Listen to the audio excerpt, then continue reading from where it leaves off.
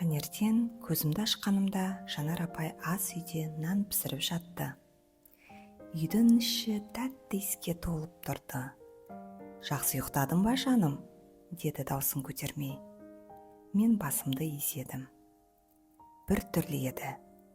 Бөтен үй, бірақ жүрегімде тыныштық. Өмірімде бірінші рет осында қалғым келеді деген ой келді. Бірнеше күн мектепке бармадым. Әлі ерте, ең алдымен жүрегін тынығуы керек, деді апай. Кешкісін ол маған кішкентай қалам мен дәптер берді. Ешкімге айтқын келмегенді жаз. Бұл сенің өзіңмен сөйлескенің болады. Дірілдеген әріптер, бірақ сол сәт менің алғашқы кішкентай жеңісім болды. Бірақ тыныштық ұзаққа бармайтынын мен білетінмін. Келесі түні есік қағылды. Мен қатып қалдым.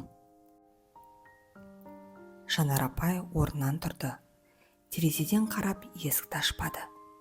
Сыртқа шықты. Бұрышқа барып тығылдым. Терезеден қарап едім, әкем тұр. Көзі қызарған, ашулы. Дауыс естіледі, қолын сілтеп тұр. Жанар апай оның даусынан сескенген жоқ. Бірақ оның да қолы дірілдеп тұрған шығар деп ойладым.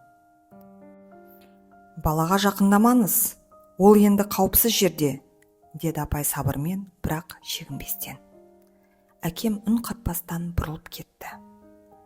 Апай кіріп келгенде, мен әлі бұрышта отыр едім.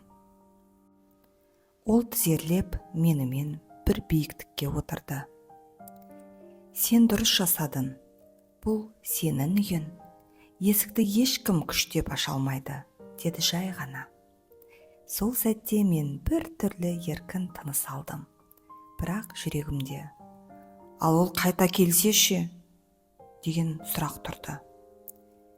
Бірнеше күннен кейін апай, «Қаласаң мектепке барып көрейік пе?» «Тек көру үшін», деді. Мен үндемедім. Бірақ ертеңінде апай қолымнан ұстап, екеуміз мектеп жаққа шықтық. Апайдың қолы сондай жылы еді. «Бүгін тек жүріп өтеміз. Кіруге қаламасан қайтамыз», деді апай.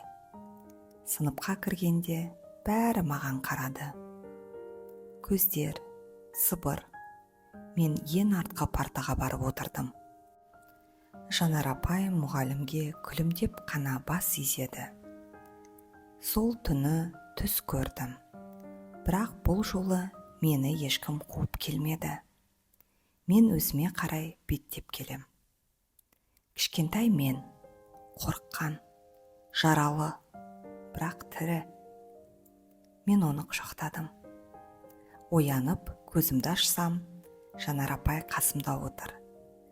Шашымды сипап отыр, жай ғана. «Сен амансың. Сен енді өз өмірінің иесісің», деді.